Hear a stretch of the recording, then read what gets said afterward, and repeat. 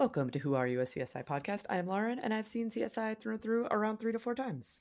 And my name is Nick, and this is my first time experiencing these episodes. And today we are reviewing Season 3, Episode 4, A Little Murder. Original air date October 17th, 2002. Director is Tucker Gates, which I don't know if that's a new director or not. That sounds fairly new in name, so it must not be super common if he's done it before. So maybe he's done some before, but he's not one of our standard directors. And then the writers are Anthony E. Zeiker, Naren Shankar, and Anne Donahue. And I had to confirm with Nick before we started recording. We start today with shots of the Vegas Strip, but I don't remember this. In fact, there are two different shots of the Vegas Strip. Yep. And we do settle in. We do end up at a pretty respectable 36 Vegas score. Okay. And I want to note, audience, completely sober watching this episode. Under no impairment whatsoever. Just long week though, right? A really long week. And then, I just sat down to take my notes, and when we get to the next scene, I'll describe the next scene. And I was like, wait a second. I feel like I missed the beginning here. But I gave him a couple bonus scenes, a couple bonus points, but... For the shots in the casino and such? I don't 100% remember what all of them were. I think one of them was the picture from the fridge of the couple for the B plot. They're awkwardly posed with the vibrant Vegas Strip behind them. Yeah. I think that was the second one. I was like, I got to give him credit for that one. And so, I don't remember what the first one was for. I feel like it was something to do with the casino because I think it was very early on. But we then end a few more scenes and all tallies up to 36, which is a pretty... That's a respectable We had story. a lot of 20s last season, I feel like. So we've had quite a few 30s out of the gate, and I believe we did have a 55. So this season is probably leading off for the most Vegas-y season so far. Yeah, I agree. A lot of casino-related storylines. So... This casino-related storyline brings us to a woman in an auditorium. She is a little person. I mention this because it greatly relates to the story, and not to just point out that she's a little person. But she enters this theater. She's kind of getting some things ready. She's turning some things on, and then she finds a body hanging, which also appears to be a little person. We then have Grissom, Sarah, and Nick at what we learn is the little person convention. Jim Brass is already there. We learn that the victim is Lawrence Ames. He's 35. And of course, Jim Brass has to point out how tall he is. Yeah. Jim Brass is like, he's 4'5". I feel like... How does that relate to... You never say that, Jim Brass. In all of the episodes that we've had you give us the rundown on the victim, you have never told us how tall the victim is. I do feel like there is this weird dichotomy of trying to have some characters say something and get corrected to try to be, somewhat progressive, as well as we talk about in many episodes, the needle tends to move forward. Yes. In general in society, so things don't always age the best. I don't think there's anything over the top, but some of these things are still really cringy, and you wouldn't use that for humor or for storyline in a lot of modern writing. It would I don't think so. Frowned upon. Yes. And I mean, even watching this episode, I had to kind of stop and go try to look up, I'm not sure I know what an appropriate terminology is, because so I did do research before we came on here today, and generally speaking, this is not this applies to every single person in this category, but generally speaking, little person seems to be the most accepted term. But obviously you should be using their name, right? Yeah. That, and we will when we get the names of the characters. But I was going to say, the thing I took away was that little person, I think we're probably going to use that a lot. Yes. When we talk about it, that seems to be very middle the road acceptable. But in different communities, they just choose and adopt different terms and differently. So you can't make the sweeping assignment, right? No. And so it's probably a term that will change over time in different communities as to what they are used to. And as often is the case, everyday normal terms, once they're used in hateful ways by people, people tend to want to move on from them. Yes. And so, Or reclaim them sometimes. yeah, and then But eventually, that's yeah, but that's on reclaim them often only insularly is I what was I. going to say, but that's on the community and Yeah, definitely yeah, not people outside of the community to make that yeah. decision. But yeah, it's I several times I was like, is this an intentional, or is this like a like, do we want to have that moment where we're trying to teach the audience that it's not okay to say certain things? And sometimes where I'm not entirely sure if the writers actually think this is a joke. I But agree. I feel it like it's wasn't. there are moments in this episode that are blurry of whether it's supposed to be a lesson in how not to treat people or it's just a haha I moment. I told Lauren before we recorded, I did start to try to track like what I thought were like positive and negative uses, and it wasn't so egregious that I just kind of abandoned it like 10 minutes in.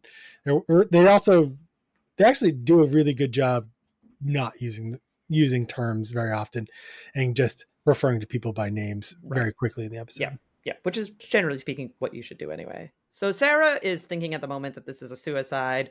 Grissom, though, thinks it's murder, which brings us to credits. After Well, credits, where I want to say Grissom says it's a little murder, it's a which is little the murder. titular line for the Yes. episode, Yes. This is true. This is which very is true. not a good taste. I know Grissom through this episode is probably trying to be the most understanding, Yes. or that's how he's being That's how it's being written. portrayed. Yeah, I was saying that's how his character is written in this episode, but he is the first person to lead off with a tasteless pun. Yeah. True story. We then go to Catherine with a Detective Drew. They're at a home. We learn that there's been a home invasion and there's a dead body. I may have missed a spot the guest star already. Oh, I don't have any spot the guest stars. There's a interaction when Nick first arrives at the scene, and I believe it's already happened with a man in a wheelchair who actually. Yes, because he has several interactions with him, but this, I think, right when he enters the convention, he almost runs into him. That is my spot the guest star. Oh, okay. That is Danny Woodburn, Yes. who he's first off, a lot of these actors are in a million things. Yeah. But the part that really sticks out, he's in like many episodes of Seinfeld as Mickey Abbott. Mickey Abbott, yes. And, 6 episodes of Seinfeld. Yep, pretty big character. But I feel like as a result of my association with that he's also in like a bunch of other little shows. And I kind of remember him. He's a very sort of characteristic voice. And He does have a very distinct voice.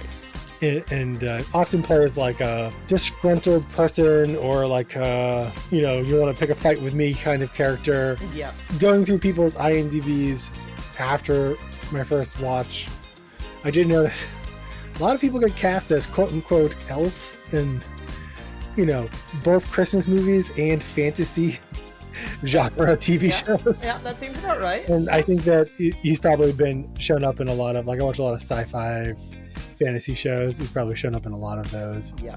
Under different things, but yeah, I definitely remember the character from Seinfeld, and I was like, hey, I know who that guy is.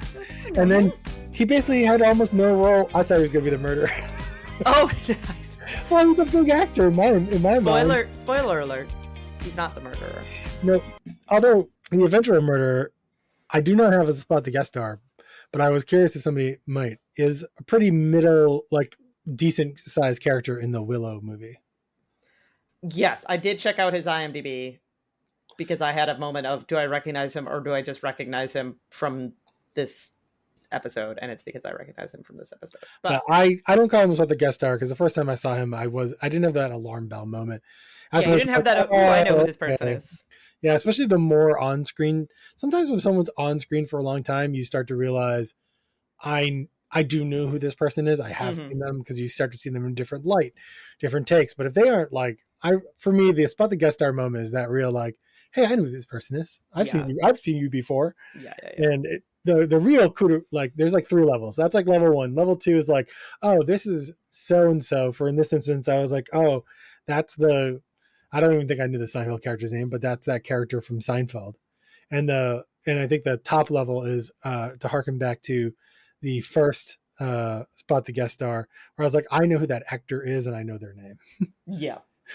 That's sort of the top tier level. Yeah.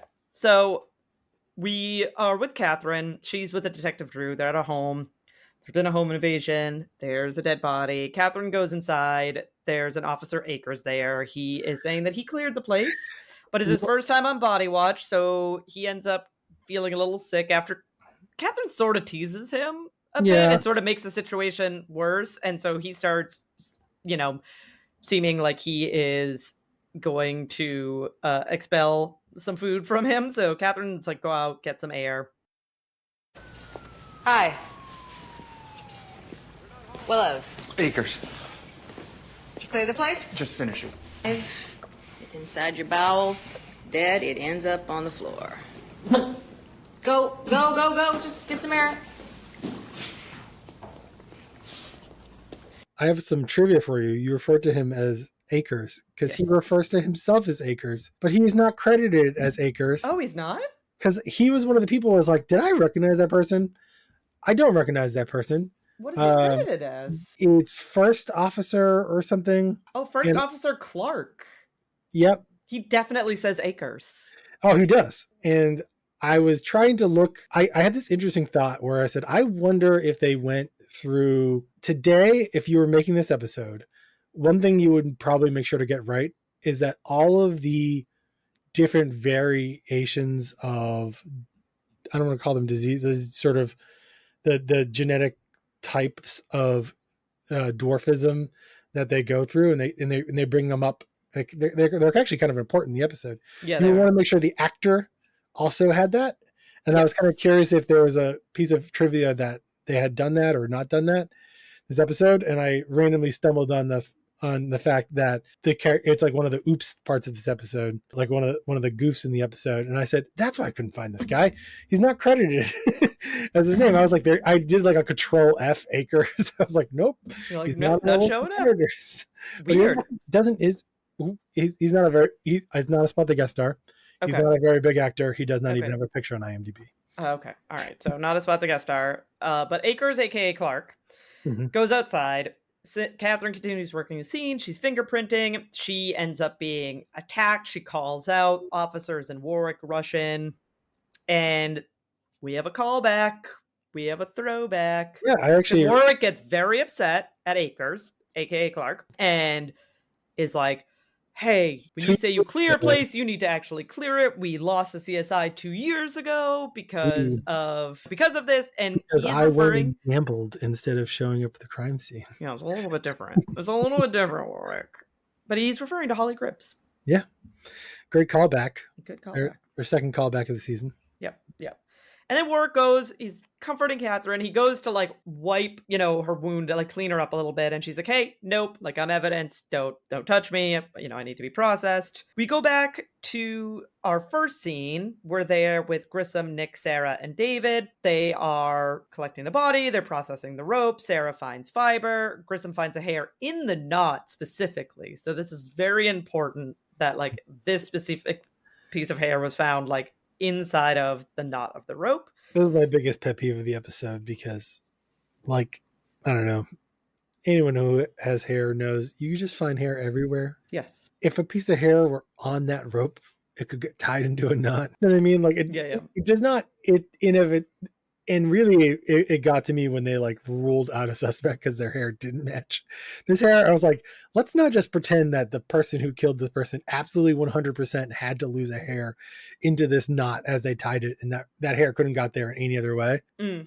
know what I mean? Like that was like this, but this is like literally my only real evidence pet peeve of the episode. Okay. But I was like, they really oversell the importance of a singular hair. If there were a lot of hairs and they were, you know what I mean, and a lot of knots, and then it would be unlikely to be a one-off. Yeah. But this hair does end up playing a very pivotal role in this episode.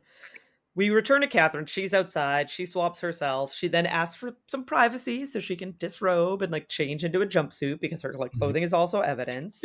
You can't see the jumpsuit. At first, I was like, I get you want some privacy, but like, what clothes are you going to be wearing? And then she goes to the jumpsuit.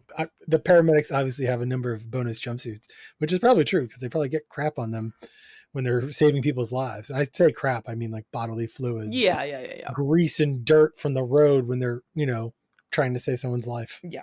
in an unusual position. Yes. We then return to Grissom. He is now with Doc Robbins and the victim Lawrence. We learn that Lawrence most likely had bone lengthening surgery. And so Doc Robbins goes over in pretty brutal details what this surgery entails to give you like a few extra inches in height. Does not matter for the rest of the episode. Does not. It does not, but I just wanted to point it out because I feel like they definitely spent some time on this subject. A lot of time. We learn, though, that the cause of death was asphyxiation, but he also was paralyzed before his death. So he has this like blunt force bruise, like on the back of his neck, base of his skull, and we realize that he like had some vertebrae separated. He broke his spine, right? Yeah, they basically broke his spine and then he was hung. So it's definitely not that he hung himself, because he was paralyzed and he would not have been able to do this. We're then with Warwick and Catherine again. They're back in the house. Catherine has a quick little flashback of the incident. Warwick goes outside to process. He finds a boot print or a shoe print on like the back fence. Catherine finds a denim fiber, and Warwick points out that he doesn't think that the victim is the homeowner. And Catherine's like, why? And he, pulls this picture off the fridge of this couple that look nothing like the victim. And as Nick pointed out earlier, like gratuitously in front of the Vegas Strip. Gratuitously in front of the Vegas Strip. Yeah. So they got some Vegas score points for that. We're then with Grissom and Sarah. They're with the woman who found the body. Sarah and she's like at a slot machine. So she's playing the slots. They're talking to her. It convinces her to like let her kind of process her. Grissom, though, admiring her reaching tool. Grissom, bit of a creep with this woman. Yeah. With this woman. There's people watching and there's people gawking. Yeah, we'll get there. But she's trying to defend how she's not currently super upset, even though she found Lawrence's body, and she's explaining that she has to fit a lifetime into this week. And, so they're starting to get some details from her about the convention, about some of the attendees. And she's also the one that lets them know that Lawrence had no problem in the romance department because he was a pseudo. And that's a type of little person whose like proportions are closer to an average height person. They don't have the elongated skull. They don't tend to have the shorter limbs. And so in the community, according to this woman, they are often seen as more attractive. They're kind of like in the higher echelon. Yeah, and I think the pseudoachondrophagia is the type of the diagnosis. Yes, basically, and you're not pseudo because you have the normal proportions. It's that you have the normal people who have this diagnosis have normal proportions, whereas other diagnoses that fall under that same umbrella often have abnormal proportions. Yeah, sort of non stereotypical. I don't know what the right way to phrase that is, but you know what I mean? Like, they talk about like proportions come up a lot in this episode. Proportions are a big part of this episode. They a lot of little pieces of evidence hinge on the physical differences between suspects. Yes. We then have Grissom and Sarah entering a hotel room. There is a woman there. We learn that she is Lawrence's fiance. She is of average height. Again, it plays into the episode. The only reason I'm mentioning it. She's there because she wanted to be near his things, even though the police did tell her to stay away. Grissom finds a gouge in the wall, and then Sarah finds a piece from this tool, puts it together. Fiance's claiming, though, no argument. Like, everything's been copacetic. We're totally good. Nothing happened here. Warwick and Catherine are then with David. They're curious about the marks on the victim's arm. At this point, they don't know what caused them, but he has these marks on his arms. Without giving away what it is. Yeah. You knew? No. They're so much more egregious looking than they would be. I don't know if they're just super zoomed in or what, but even the second time watching, I went, yeah, no, they're egregious. That's like real serious looking for what it turns out to be. For what it turns out to be, yeah. We'll learn not too soon in the future what it is. But he did die, and we learn his name is Teddy Henders. Teddy Henders here died of blunt force trauma, and they shave his head to find out, or to try to get an idea of the weapon that killed him. And evidently, CSI did not want to pay. Okay, is Z Mover an actual video game? No. Or is it made up? Okay. I I figured it was Googled I figured that it was made up. I didn't confirm though. So they obviously did not want to pay Nintendo or, like some other video game Yeah. company. You So know what's funny is like bespoke boxes for games, I guess were definitely a thing, but I was trying to think about what game. Yeah, this is would there a like be game that similar was, like, to. a parody of or a reference Yep. to Yep. was, The GameCube? no, because like it's supposed to be, I think, like a video game or a computer game. Like, think of it as like a collector's edition box. Oh, okay. I guess I Right? misunderstood. And I was like, I don't remember there being anything like that. Maybe there were. I was curious. I wonder if they like knew of. Well, they just like talked about it like you should know what Z Mover.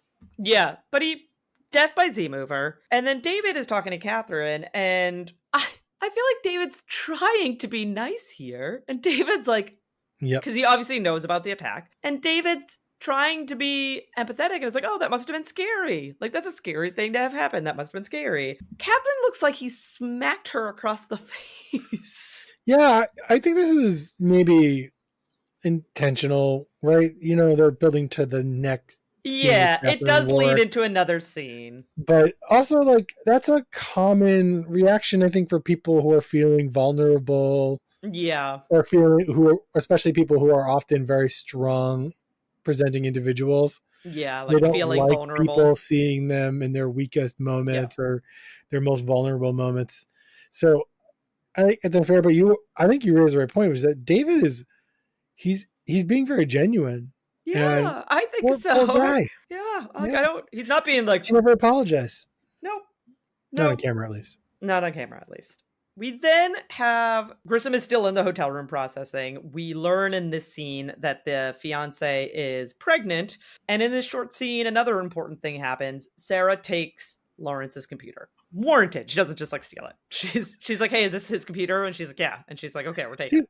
Did you feel like they really gave her a little too much crap for being able to functionally her own hotel room? Yes, because the police had said, because the police had told her not to go in there. I know. But like she was probably in there when they found her. It's a bit like you're continuing the crime scene. I was like, she has been all over this place. Yeah, I know, but I sort of get where they were coming from. No, it was sort of the setup was very sort of cheeky. They were trying to be cute with it and revealing and so forth. Oh, I wonder if this is where the other random bonus point came from, because you have a big view of the Vegas Strip. Oh, this could be it for sure. This would definitely be it. Yeah. So then we have the scene with Warwick and Catherine that is a direct result of the conversation with David. They're talking outside. And this is where she, evidently didn't feel safe being vulnerable with David, and that's fine. But she seems to be okay being vulnerable with Warwick. So she does tell Warwick that she was scared. It was a scary experience. She was scared. But she doesn't necessarily want everybody to know that she was scared. Like, she's okay with him knowing. She has that confidence in him. She doesn't necessarily want everybody else to know. We're then with Nick with Greg Sanders. We learned that the fibers that were pulled off the rope are from like a polyester upholstery. And then Grissom just comes in and takes the hairs. Just grabs the hairs that Greg Sanders was working on and leaves. Yep. Okay. Grissom, thanks, man. He's not, he's not a team player. He is the team. He is the team. He is the team, especially now that he's taking cases again and touching evidence and I guess willing to testify in court. He is the team. We then have Sarah reading some chat messages, which, seem to show a side of Lawrence that's not too kind to his fiance. And it includes opening an image from this woman whose handle includes Danielle. And so we see this picture of Danielle. We then have Jim Brass, Sarah, and Nick with the fiance. And they are insinuating that she knew that he was cheating on her and that she had like some idea about Danielle. And this is where we learned that her skin cells were on the rope, but she is saying she has no idea. Like, she has no idea how her skin cells got on the rope, but her skin cells are on the rope. This is probably my question of the episode. Mm-hmm. They never come back to this? Am I crazy? They do. Her skin cells? Mm-hmm. How they got there? Yep. Oh. I feel like I missed this twice. Okay. And I felt like I was looking for it the second time. I don't know if I jotted it down, but I feel like I'll have a pretty good idea of the scene in which they do address this, so I'll bring it up when we get there's there. another thing where it like comes up and it's important. Mm-hmm. But I don't remember them giving a reason for the why. They do. Okay. Yeah. I had one in my head. Yeah. But I was just like, I just missed it both times, I guess. Yeah. It's all right. I missed the first 2 scenes of the Vegas strip, so we're good. That's what it's complimentary CSI watching. Yeah. Grissom is, in checking out the hairs on the scope. Sarah and Nick enter. He is telling them that the fiance didn't do it because this brittle hair that was found on the rope, or like I don't know if this is the hair that was in the... Yeah, this is the one hair they have. Yes. So it is... destructively... It's this like short, brittle hair, which is a symptom of CHH, which is a form of dwarfism. So the hair must have come from a little person whose form of dwarfism is CHH. We then go to... At this point, we know her as Miss Grace, the woman who found the body to begin with. She's at the bar with some friends. Grissom approaches, needs her eyes, but we find out it's because he wants her to look at a picture of Danielle and see if she recognizes Danielle. She does not, though. But Miss Grace and Grissom share like a little bit of a heart-to-heart where he, admits that he has like a genetic condition, and she's telling him some of the difficulties about, what it's like living as like a little person. And so they just, they have a little heart to heart here. Grissom's a little disingenuous because he's focusing in on, I think, his hearing. Yes. That's not what I think is the thing that makes Grissom feel different than other people. That's what he's focusing on here. Yeah, he is. But I feel like the sort of evocative moment in the scene where like Sarah, I forget exactly what Sarah's comment is, but she's like, Miss Grace says like, do you always stare at people like that, or does he ever talk? Yeah, does he ever talk? It's like only in spurts or whatever. Yeah, like that is like the thing about Grissom that I don't want to say alienates him, but often distances from others is his sort of sociological and sort of neurological, status, not his hard of hearingness. Yeah. And but they're definitely referring to his genetic condition where he might lose his hearing here for sure. But I think the important part here is that's the thing that he focuses on right now, like in this moment, making him feel different, making him feel challenged by the everyday world. Yeah. He's thinking about how his hearing is concerned, but I think she is thinking about the actual because she can't perceive that he's hard of hearing. She has no idea because he's reading lips and doing whatever. And so it's kind of like this, like ships. I actually think it might be intentional. She's thinking one thing and he's saying something completely different. Okay. So we go to Catherine with Warwick there in the lab. We learn that the denim, as well as the victim, were covered in cooking grease, which leads them to believe that both people worked in fast food. We also then learn that would be the burns that we mentioned earlier. Yes, they're from the cooking grease. The very egregious burns. Yeah. So every fast food worker just covered in egregious burns. And these are like persistent too, right? Like these are the way they make it look. And you will get burned working in kitchens. Of course you will. Scars. I got burned working in kitchens, and I wasn't even a cook, and I got burned in kitchens. Yeah. But I think the makeup department went a little over that. I think I agree. It was a little much. We learn that the homeowner has franchises, though, so that might help us narrow down what fast food restaurants to check out. Yeah, the guy, this new character, was he in an early episode and I forgot about him? Okay, it's a new character. I don't think he ever shows back up. Or if he does, he plays a very minor. Oh, really? I was thinking he might be a recruit. He shows up, he flirts with Catherine, and then immediately abandons her when she goes inside. Yeah, let me go click on this actor real quick and see... Like that was how many episodes of CSI, but I want to say it's not too many because I don't particularly. I also don't have the best memory. When she was alone and attacked, was that where's the dude who was like hitting on her? One episode of CSI. Yeah, did you get for letting her get attacked? Well, no. This is different. This is. Yeah, but he was there. He's walking up the stairs in the house. Yeah, and then Barrow just decided to wait on the stoop. Yeah. Okay. This is true. So Brass always is like hanging over the body, being like, "Hey, what are you guys doing?" Yeah. We're then with Archie, though. Archie is very helpful. He's with Sarah and Grissom. He's looking at Danielle's picture.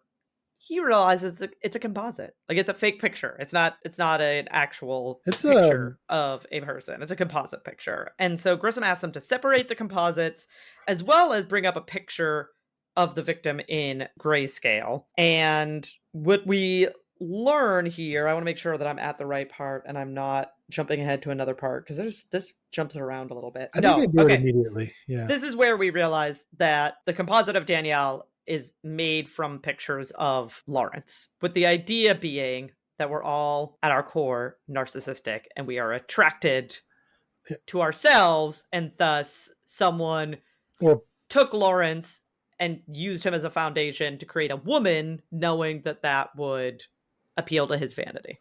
At least a partial composite, because obviously the flowing long black hair, it's not his and other things. Yeah, they've dragged a certain number of pieces over.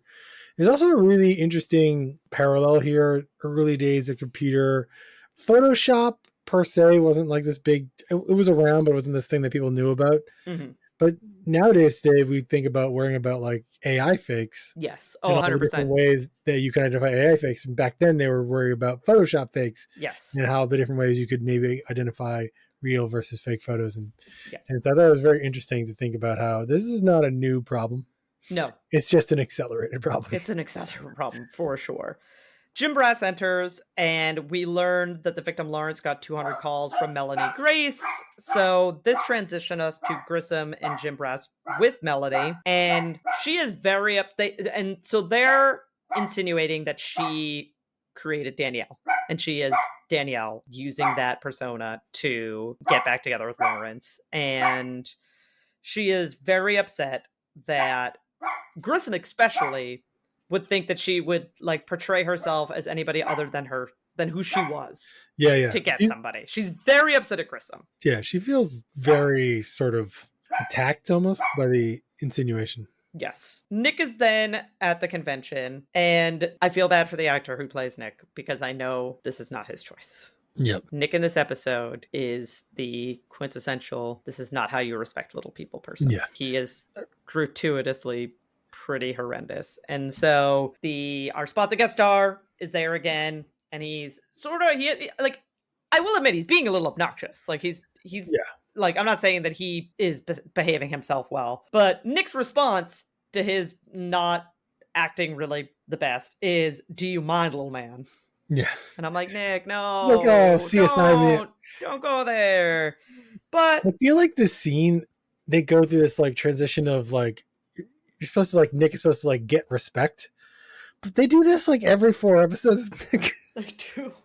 It's like, you should have to do it with every single person who isn't like a cis white dude who went to like a frat party every day when he was in college. But go ahead, Nick. Be the stereotype. This gentleman in this chair raises his seat. His seat is on some sort of like platform-esque thing. So he raises up, and this is where they have their little heart-to-heart, and Nick says, "Hey, you got my A game. Like, I don't care that the victim was a little person. He's a dead person, and we're going to investigate this like we would investigate any case." And so that seems to have like quelled the issue between them. They kind of came like to understanding there. It was kind of like a good resolution. They went from like heated to chill. And I will say, I knew immediately that this rising chair was going to be important, but man, did I have it wrong. I thought it was going to be related. Remember the aid in the bedroom that was broken, and they're like, "Oh, it was a downward strike." I went, "Oh, that's how he got to be downward. He raised himself up in a chair."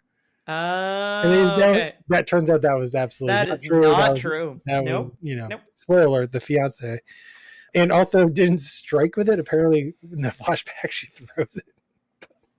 Yes, we're almost there. Yeah, I was like, but it does become important. It's just I totally missed the mark.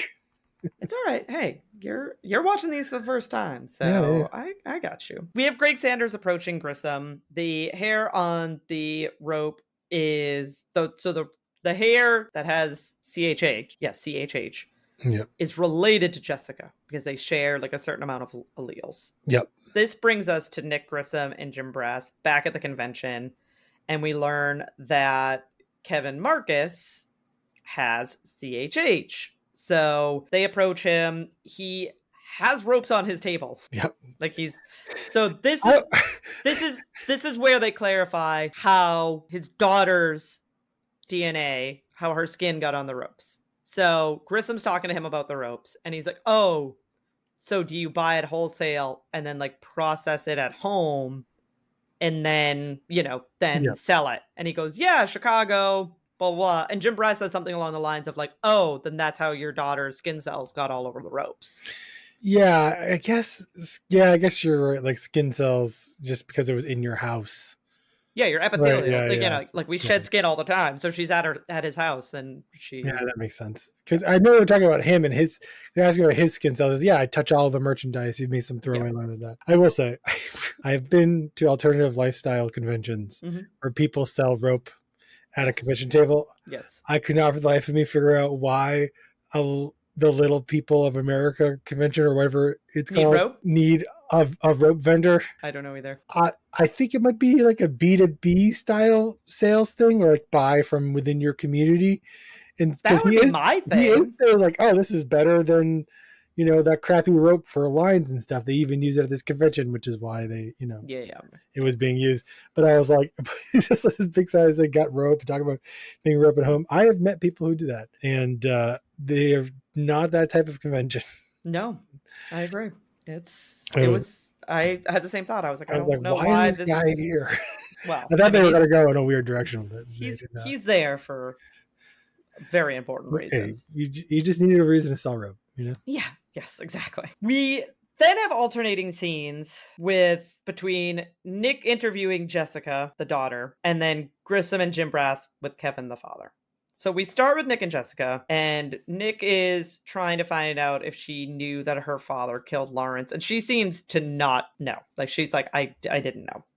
Grissom and Jim Brass with Kevin accuse him of being behind Danielle and being the one to kill his soon-to-be son-in-law?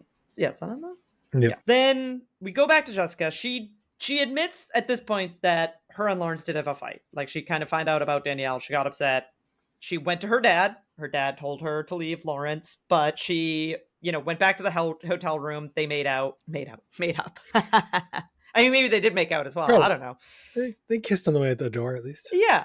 But she went back and they made up. And then all she knew was that the next night he was going out to meet a friend. And then we're back with Grissom, Jim Brass, and Kevin. Kevin just adamantly admits that he didn't like Lawrence because Lawrence was a little person.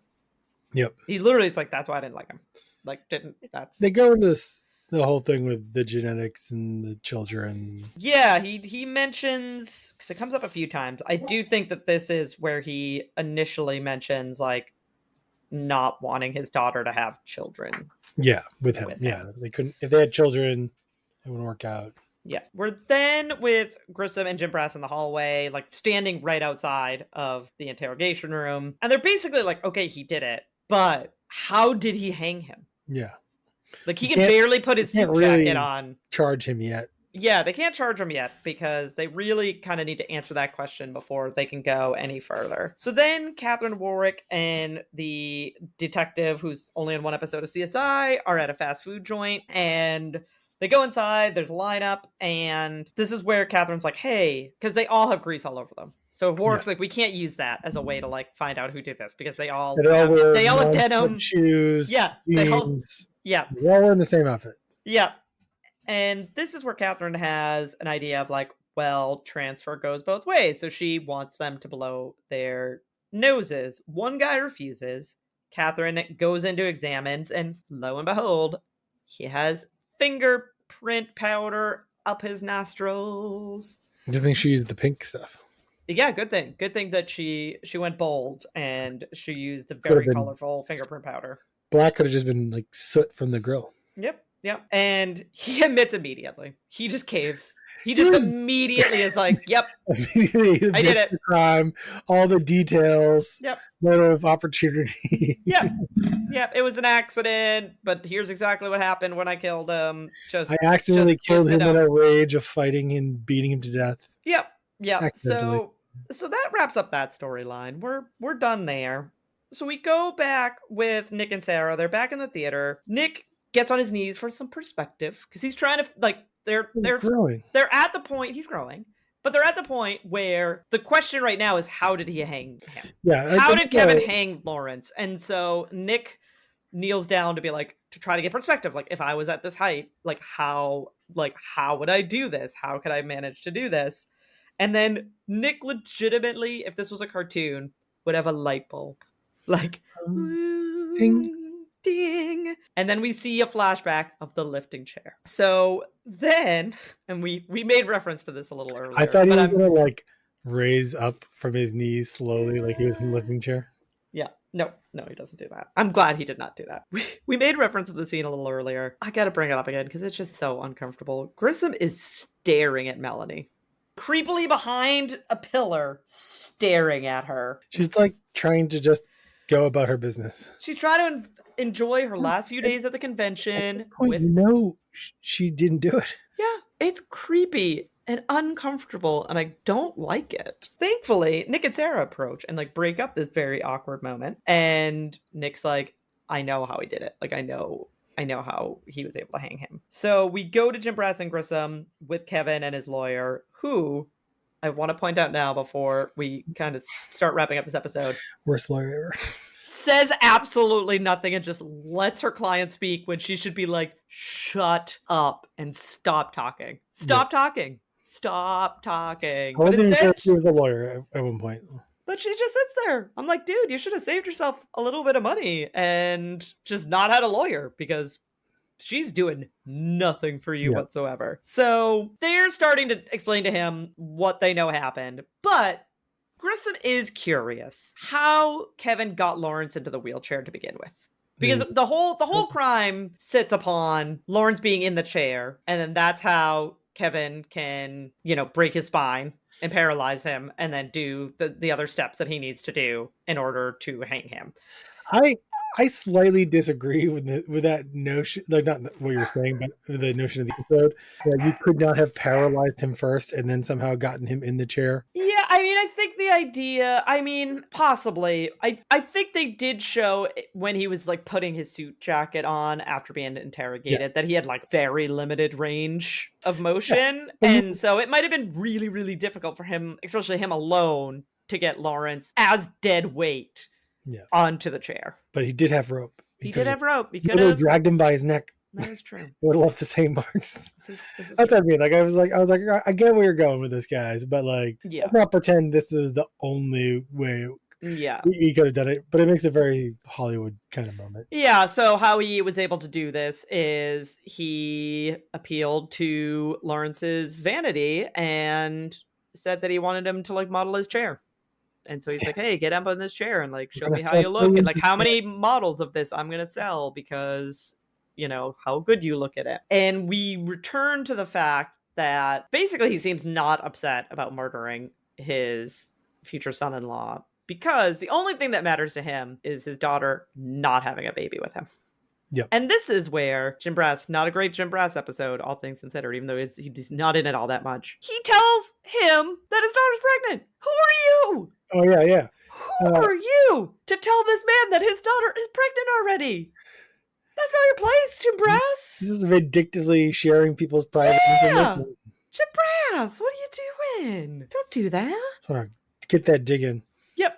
So dig in, and we go to Grissom, Nick, and Sarah after he's let out, and Grissom is pretty sad because he views this as a hate crime, and more so in the sense that Kevin hated himself so much that he took that out on Lawrence. That was kind of a stretch in my opinion.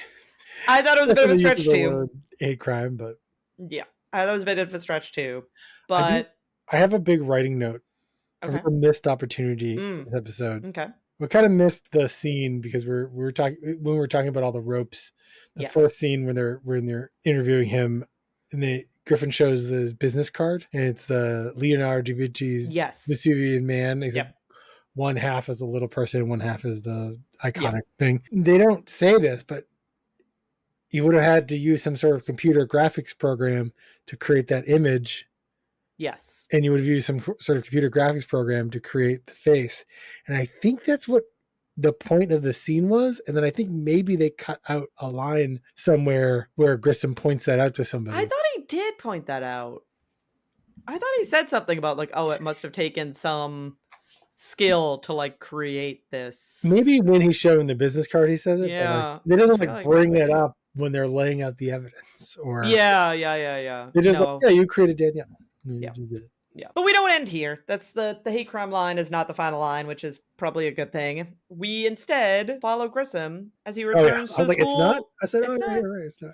We have a very short scene where he returns to the school for the deaf. Yep. And I could translate some of this, but nowhere near enough to be confident in what was said. I missed. So the first time watching, it was like the beginning of the conversation is just like, I'm glad to be back. Cordials, and then I really understood what was going on in the second part. But on the second watch through, I figured it out. He's taking lip reading classes. Okay, that's what I thought that he was saying something along the lines of like wanting to get better at reading lips. Yeah, I watched it like 3 times in a row. Okay. And I think I don't actually know the word for class, but it's very similar. Like when you make like a Roman sign language, it's very sort of physical. Yes. And so, but at the end, I think they just say, "I see you around. I'll see you around." Okay. But I think she's asked basically if he wants a tour or to show him around or something or something at the beginning, and he's like, no. Or she asked like, what is he doing? Like, why are you here? He says taking liberty. I think she may have asked if he wants to show him around. I think he might say he has to get back to class. Okay. Or something. Okay. Yeah. Maybe he says like, I'll see you around or something. But yeah, there was a lot of that I didn't quite get. I was like, I am not very well versed, but I was like, the second watch through, I was like, oh, lip reading classes. Cause he does there's like this. Yeah. He does something where he's like, and then he just keeps doing it over his lips. His mouth. And I went, oh, lip reading. Yeah. Yeah. They don't have any subtitles and No. he's not speaking during it, which is interesting because they showed 2 people signing in, mouthing to each other. I don't know if they're deaf. I assume they were deaf or some level of hard of hearing, who are students there. It's not typically if 2 people communicating with sign language who don't have any hearing, they aren't trying to pretend to talk. But I think sometimes in mixed situations or more public situations, people who can sometimes will. So because it depends on the person in the community, but the idea is to be more inclusive, right? Yeah. Because people are often not as inclusive for you. And if you show inclusiveness for others, then sort of opens the idea that everyone should be being inclusive. Yeah. That's been that's sort of the way it often works. But I've only, because I can't really communicate in sign language, only been around with people who can and are often translating for me. Yeah. And so everyone's sort of participating in an open conversation. Yeah. And that's the end of the episode. So Nick, what did you think about today's episode? I kind of like the episode in general. It's not over the top great. Yeah. Right, I ended up giving it 3.5 stars. Okay. But I did not give it, I just gave it a play. I did not give it a rewatch. I was kind of bored watching it the second time. I feel like there's not a lot of excitement, right? Yeah.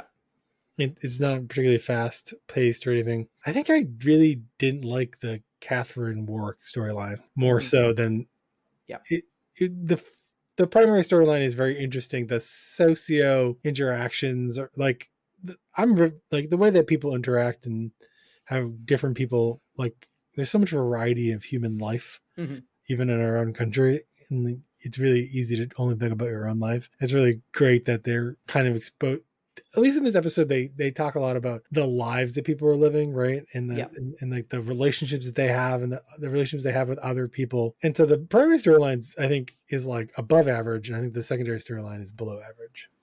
But yeah, I ended up 3.5 stars. It's not quite a rewatch for me. So I think this is the first time that we have the same rating. Not that we've been doing the ratings for a long time, but I also have a 3.5 for this episode. And I also think I would give it a play. It is, it feels like other than making Catherine vulnerable, we don't really get anything from the second storyline. I mean, the Warwick Catherine interaction in that second story is great. It's great.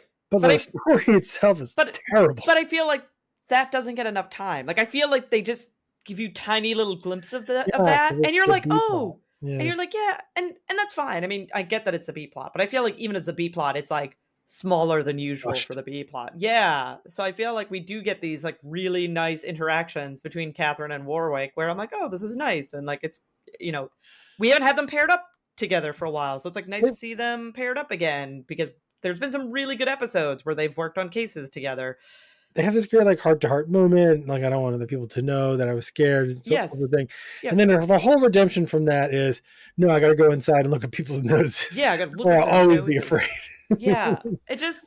and then it's over. Yes, it felt very rushed. It felt very abrupt. And it seems like, and again, I was pretty sure that he was only there for one episode, but it seems like they were setting up something between her and that detective. I think maybe they had to cut some things and to not. No, I meant like for future episodes. Yeah, they seem to be doing like a little flirty. Decided we're not signing this guy. It didn't work out. So then they had to like cut a couple scenes because it would have been awkward to never come back to that. Yeah, to never, maybe, because it just felt like it deserved, the storyline B deserved a little more attention, a little more screen time. They just replaced it with 30 seconds of Grissom staring at people. Yeah, this was a very high and low episode for Grissom. Like, high in the fact that I think he was the most understanding of the little people's lived experiences in this episode. And also like the most humanizing towards them, right? Mm-hmm. I was like generally really just seeing them as other people and not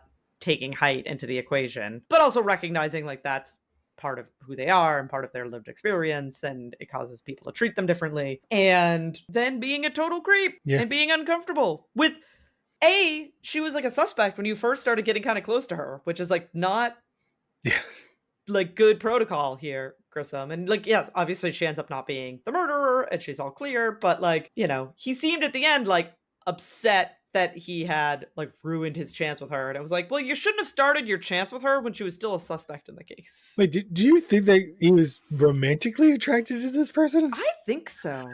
Oh, I just thought he was just being obsessive. I think he felt a little something. I think he felt a little like connection there. A little bit like a little connection. Okay, I legitimately did not mean to do that.